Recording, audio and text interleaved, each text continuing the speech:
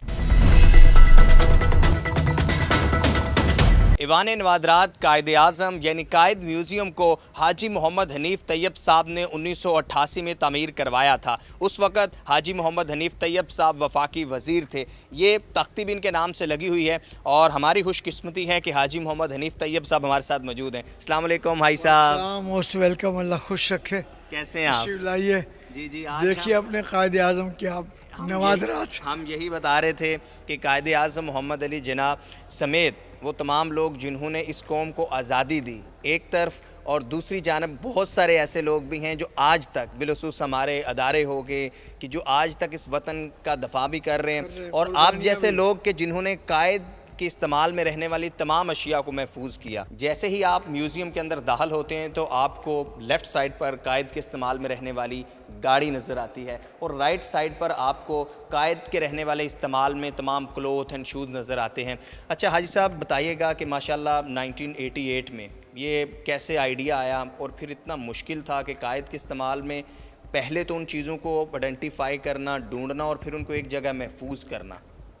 الحمدللہ اللہ کے کرم سے 1985 سے 85 میں جب یہاں سے میں قومی اسمبلی کا ممبر منتخب ہوا تو میں دیکھتا رہتا تھا کہ قائد اعظم کے تمام اشیاء جو ہیں وہ گودام میں رکھی ہوئی ہیں، میوزیم نہیں بنایا ہے، اور اسی طرح سے یہ دھول مٹی اڑتی تھی، باغ نہیں تھا۔ تو میرے ذہن میں تھا تو میں نے پہلے تو اس کی میٹنگ کی صدارت کی۔ میری صدارت کرتے وقت اس کا نام تھا QMF، تو میں نے کہا IMF کے طرز پہ اس کا نام QMF کیوں رکھا ہے؟ بولا سر پرانا چلا رہا ہے۔ میں نے کہا نہیں، میں ورکر آدمی ہوں، میں کرٹیکل نہیں آدمی ہوں، کرٹکس نہیں کرتا، تجویز دیتا ہوں کہ اس کا نام رکھیں قائد اعظم مزار مینجمنٹ بورڈ۔ تو الحمدللہ 87 سے اس کا یہ نام چلا رہا، QMF ختم ہو چکا ہے۔ 23 مارچ 88 کو مجھے سعادت حاصل ہوئی کہ یہ میوزیم کا افتتاح بھی کروں۔ لاکھوں لوگ سالانہ، اب تک لکھوکھا لوگ آ کر کے اسکول، کالج، یونیورسٹی کے اور پاکستان سے محبت کرنے والے آ کر اس کو دیکھ چکے ہیں، اور قائد اعظم کی جیسے آپ نے کہا کہ قلم سے لے کر کے کار تک سب چیزیں محفوظ ہیں۔ کہ یوں دی ہمیں آزادی کہ دنیا ہوئی حیران، اے قائد اعظم تیرا احسان احسان۔ مثلا یہ شیروان کرتے شلوار، وہ ان کی سوٹ میں لباس ہے ان کا، یہ پرانے ان کے لباس ہیں، اور اسی طرح سے یہ قائد اعظم کے بھائی تھے۔ اس کی تصویر بھی جنرلی ہماری اسکول کالج کے کورس میں نہیں ملے گی، یہ زیادتی ہے، تو اس طرح کرنا چاہیے۔ محمد علی جناح صاحب، پھر یہ ان کے والد صاحب ہیں جناح پوجا، پونجا ایک کاسٹ ہے، تو یہ تھے۔ پھر انہوں نے بیرسٹر کے طور پر جو پہنے ہوئے کوٹ سوٹ ہیں، یہ جو چیزیں لگی ہوئی نیچے، یہ ان کے کالرز پر ادھر ادھر یا اس طرف بیچ میں لگی ہوئی ہیں، یہ یہاں پر چیزیں رکھی ہوئی ہیں۔ اچھا یہ تمام اشیاء حاجی صاحب آپ نے ٹوٹل میں سے اگر دیکھیں تو 1988 میں سب کچھ آپ نے اسی وقت ہی کلیکٹ کر لی یا پھر with the passage of time آگے بڑھتا ہے؟ یہ تو ڈیسائیڈ کرتے ہی ودن 6 months اس کا افتتاح بھی ہو گیا تھا۔ اگر کام کرنا ہے تو دیر کس بات کی؟ جب پیسہ قائد اعظم کے میوزیم کے لیے موجود ہے تو ہم دیر کیوں کریں؟ مطلب ہم نے ڈیسائیڈ کیا اور 6 مہینے میں اس کا افتتاح ہو گیا۔ جی آگے بڑھتے ہیں، اور حاجی صاحب آج ہمارے ساتھ خصوصی طور پر جوتے ہیں، اور قائد اعظم جس جوتے کو مثلا اس جوتے کو پہن کر چھوٹے پلین سے اتر رہے ہیں تو وہی پلین ہی نیچے لگا ہوا ہے۔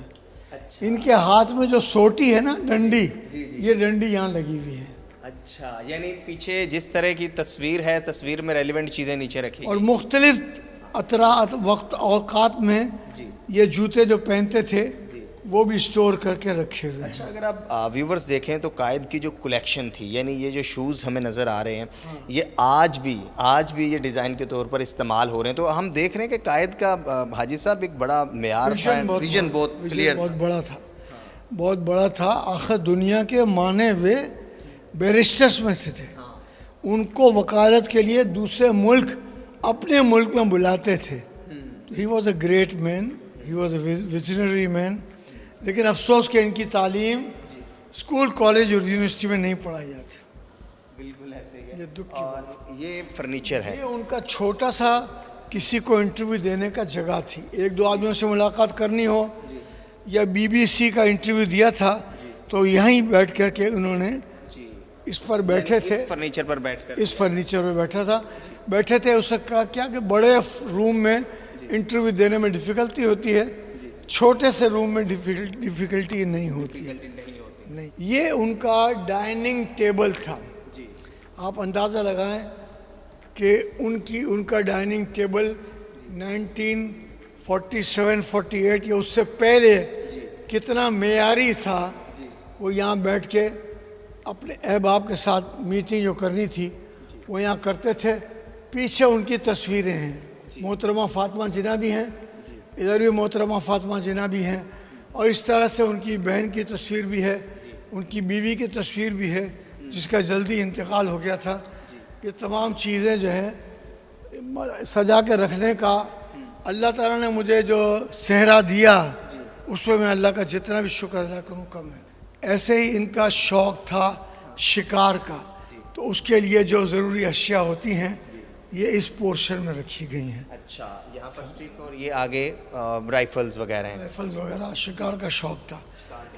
ان کی بیوی کے انتقال کے بعد وہ سنگل بیڈ کے اس طرح سادہ کمرے میں رہتے تھے. تو ان کا یہ بیڈ روم ہے.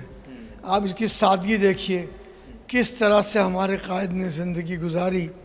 اللہ تعالیٰ ہمیں بھی سادگی، ہمیں اس ملک میں اقتدار میں مال لوٹنے کے لیے نہیں بنایا جاتا. قائد اعظم سے پوچھا گیا کہ پہلی کابینہ کی میٹنگ ہے تو کیا کیا چیزیں کھانے کے لیے بنائی جائیں. تو انہوں نے کہا وزراء کھانا کھا کے گھر سے نہیں آئیں گے. بولا کھانا کھا کر تو آئیں گے.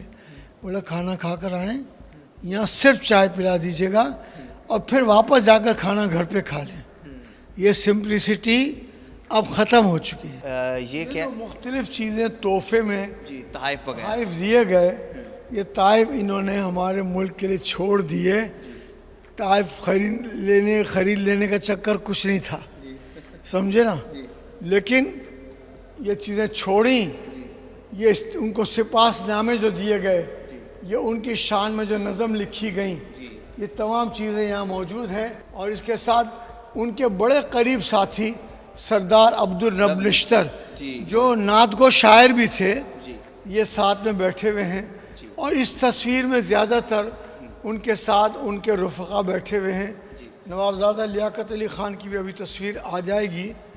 تو اس طرح سے ہے. اور جب جنازہ ہوا تھا، یہ گاندھی صاحب کے ساتھ بھی ہے گاندھی تصویر. کے ساتھ بھی تصویر ہے. جنازہ ہوا تو لوگ افسردہ ہیں، رو رہی ہیں، بچیاں اور عورتیں رو رہی ہیں اور ان کا جنازہ لایا جا رہا ہے. اور اس طرح سے سادگی کے ساتھ وہ اللہ کو پیارے ہو گئے. سب سے لاسٹ پر آپ کو قائد کے استعمال میں رہنے والی وہ گاڑیاں دکھائیں گے. یقیناً آپ نے یہ پہلے بھی دیکھی ہوں گی، لیکن ان گاڑیوں کو یہاں پر جو ہے وہ سیو کرنا، یہاں پر محفوظ کرنا، یہ ایک بڑی بات ہے. اچھا، یہ کون سی گاڑی ہے حاجی صاحب؟ یہ کیڈیلک گاڑی ہے. بہت مہنگی اس زمانے کی گاڑی تھی، چونکہ مالی طور پر بہت مستحکم تھے، لیکن گورنمنٹ کا مال نہیں کھایا. گورنمنٹ کو تو مال دیا. یہ کیڈیلک ہے اور یہ پیکارڈ ہے. اس دونوں گاڑیوں کے، ان دونوں گاڑیوں کے پیکارڈ کے بھی استعمال سے آپ سمجھ سکتے ہیں کہ ان کا کیا مقام تھا، کیا کیلیبر تھا، کیا عظمت تھی. تو اللہ تعالیٰ آپ کو اس کا بہت اجر دے گا کہ گھر بیٹھے ہوئے لاکھوں لوگوں تک آپ یہ قائد اعظم کی چیزیں پہنچائیں گی.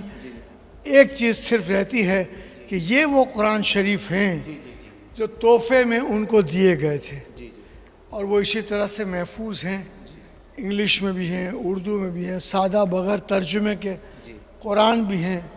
تو تمام چیزیں جو ان کو تحفے میں دی گئیں اس کو محفوظ کر کے یہاں رکھا گیا ہے.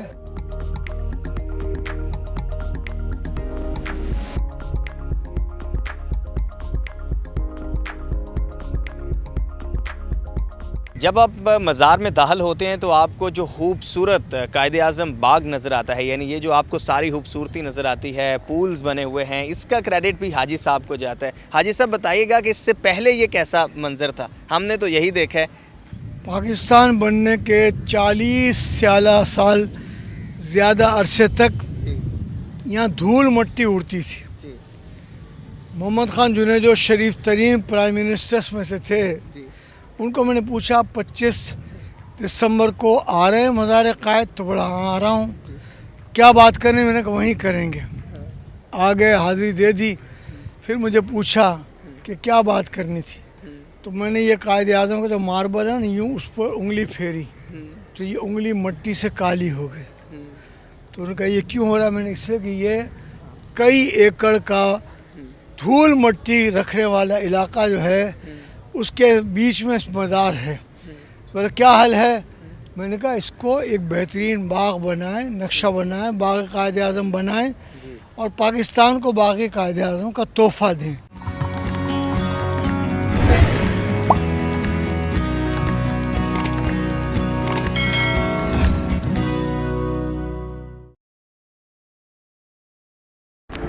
السلام علیکم دوستوں، امید ہے آپ سب خیریت سے ہوں گے. تو دوستوں آئیے گا ویڈیو کے آخر تک.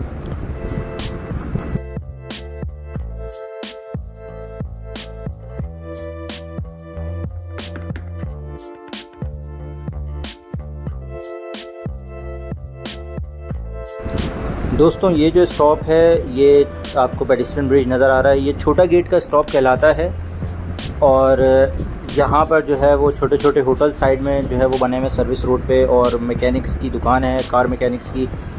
یہاں پر آٹو پارٹس وغیرہ کی بڑی دکانیں موجود ہیں. اور آپ کے سیدھے ہاتھ کی طرف جو ہے وہی سارا سول ایویشن اتھارٹی کا جگہ ہے، اور ایئرپورٹ کے آفیسز کے لیے، PIA کے آفیسز کے لیے جو ہے یہاں سے ہم جاتے ہیں. اور اس وقت ہم جو ہے وہ اسٹار گیٹ پہنچ چکے ہیں. اسٹار گیٹ سے ہی اصل شارع فیصل کا